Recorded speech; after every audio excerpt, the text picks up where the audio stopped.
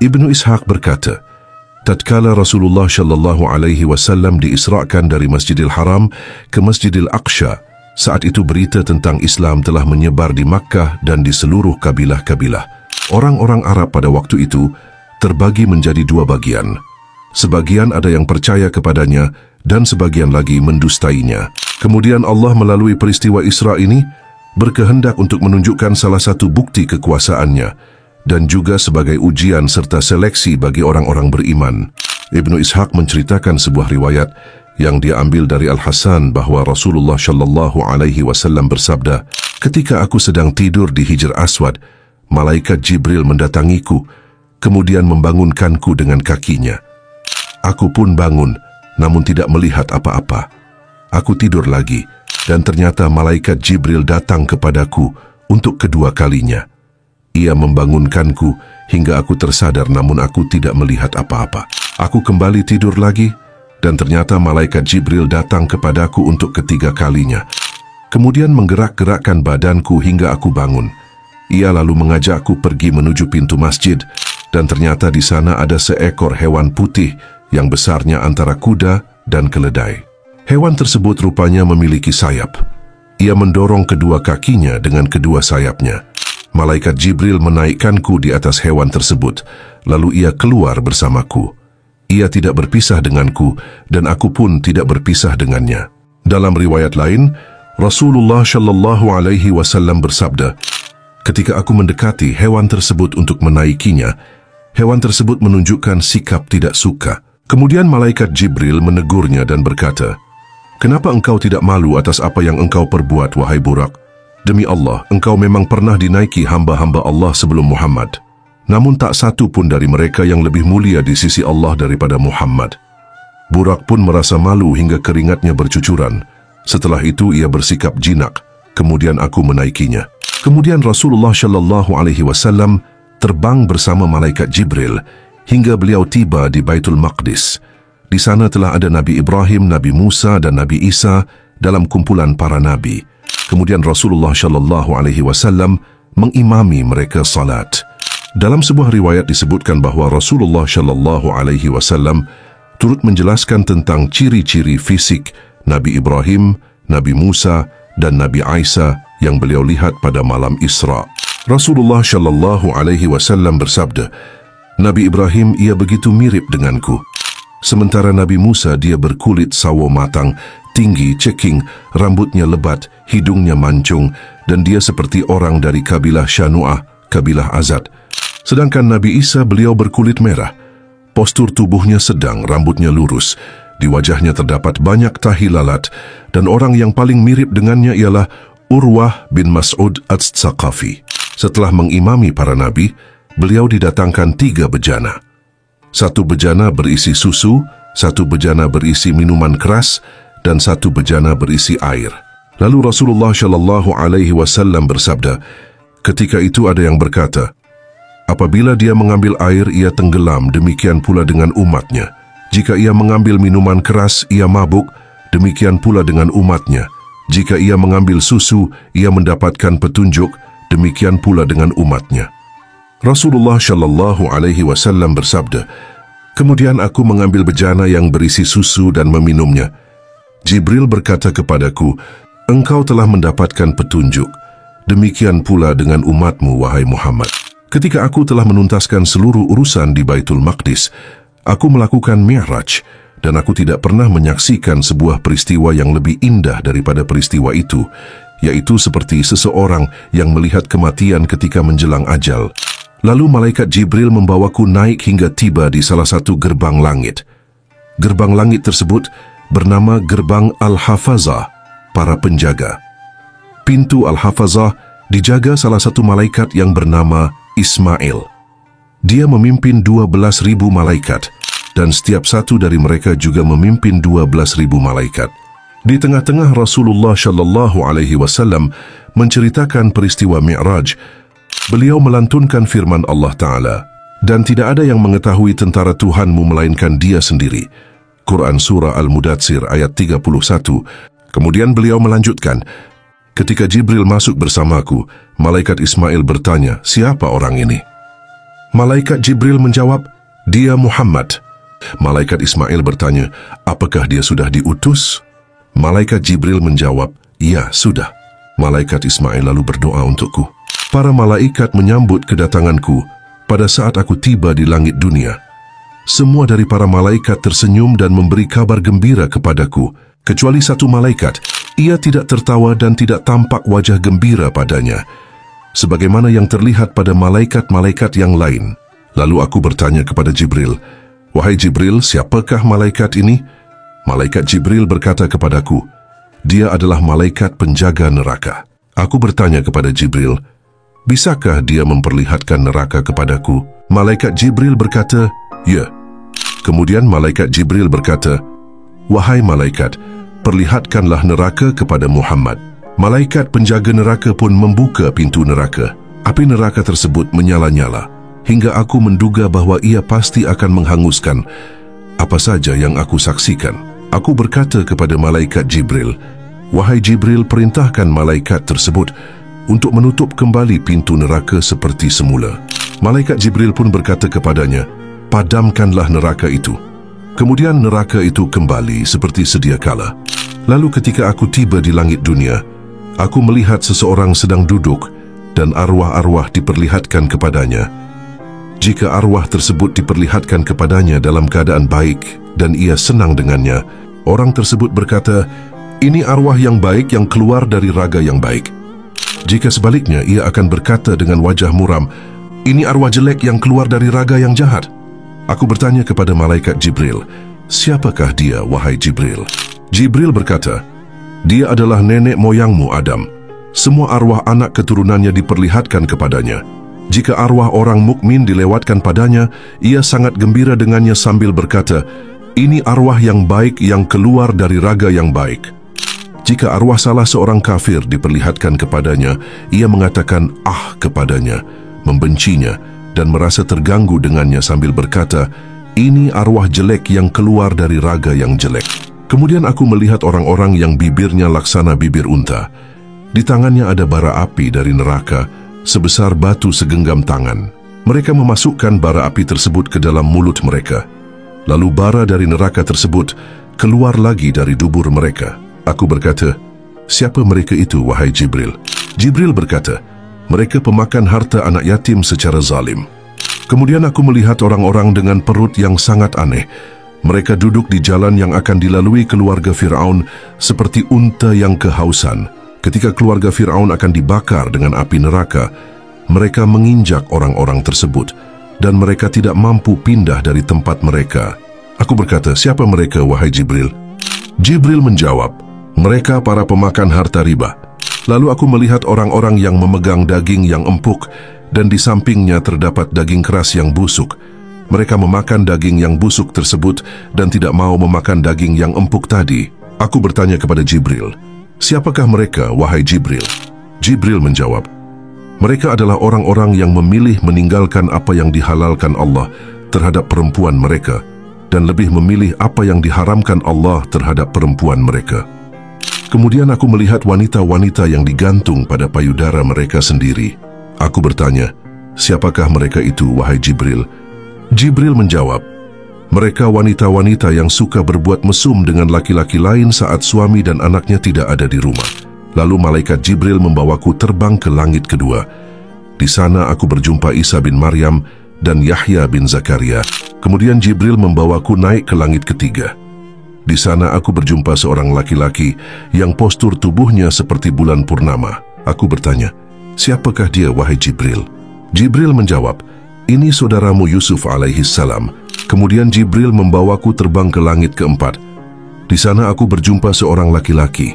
Aku bertanya, "Siapakah dia, wahai Jibril?" Jibril menjawab, "Dia Idris."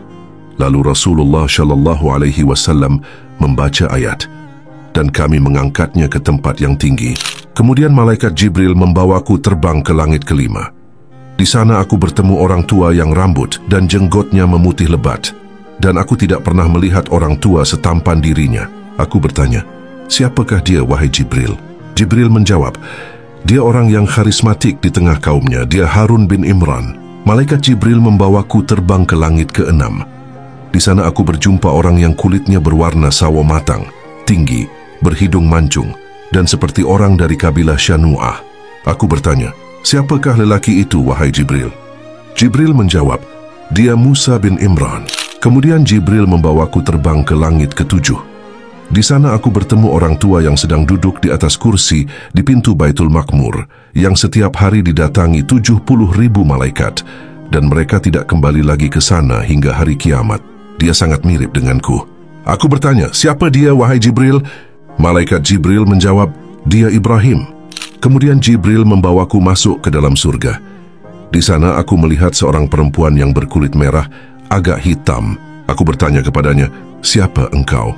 Wanita tersebut berkata, aku milik Zaid bin Haritsah.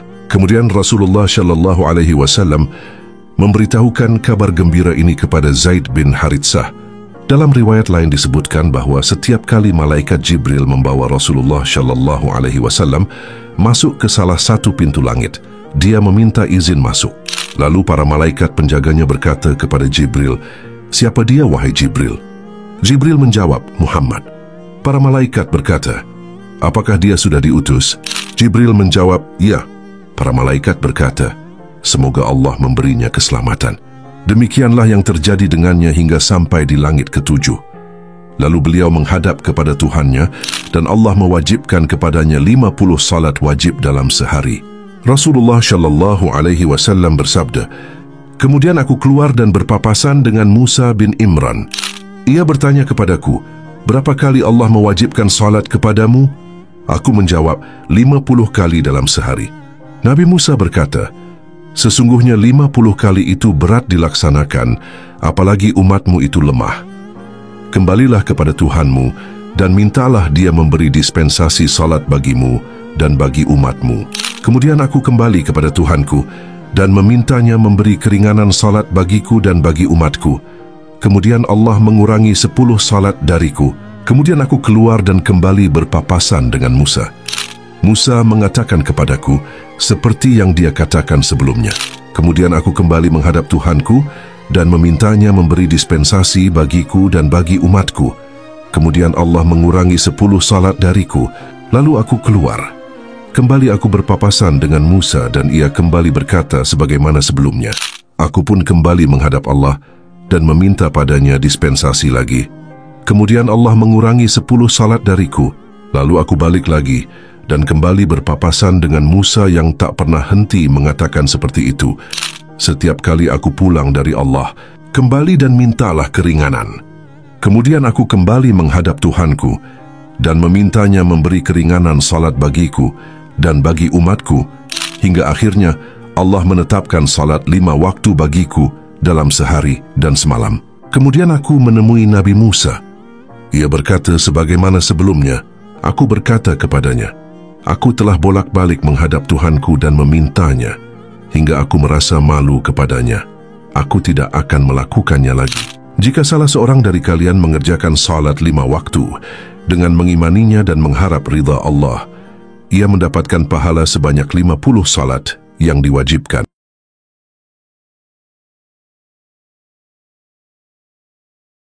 Setelah itu Rasulullah Shallallahu Alaihi Wasallam kembali ke Makkah.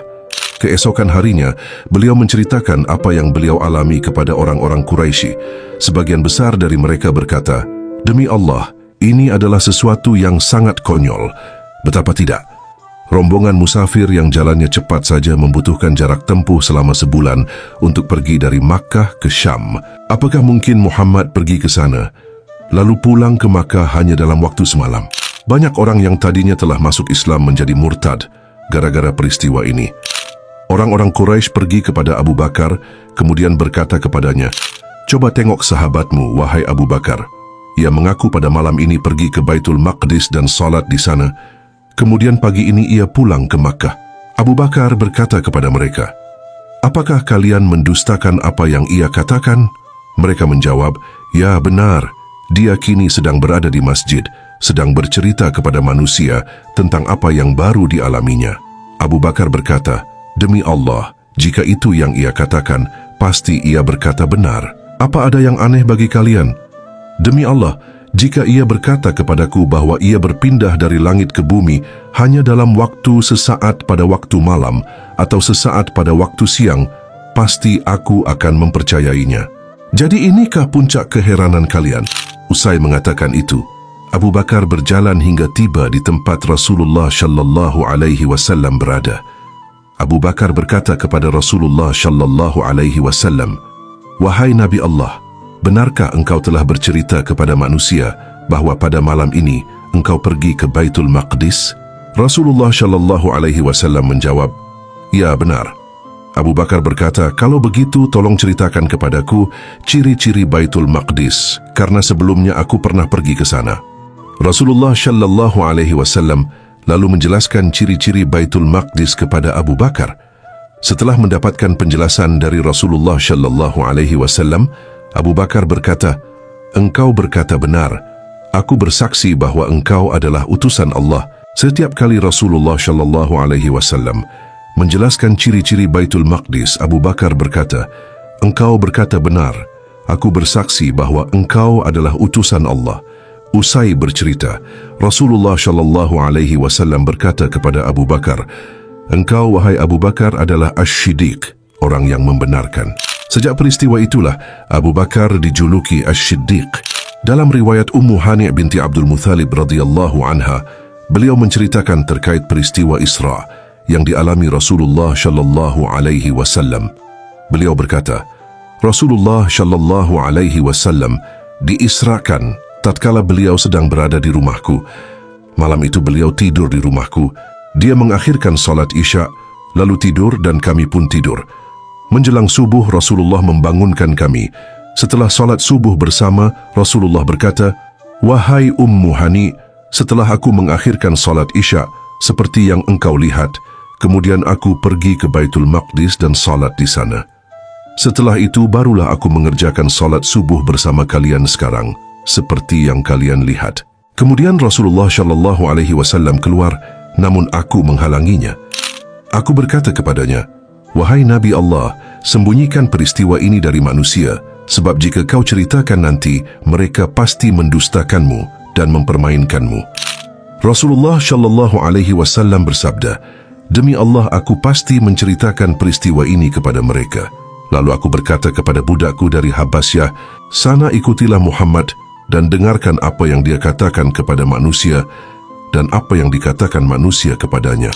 Ketika Rasulullah sallallahu alaihi wasallam bertemu dengan orang-orang, beliau bercerita kepada mereka dan mereka terheran-heran. Mereka berkata, 'Hai Muhammad, apa buktinya kalau ceritamu itu benar? Sebab kami belum pernah sekalipun mendengar cerita model ini sebelumnya.'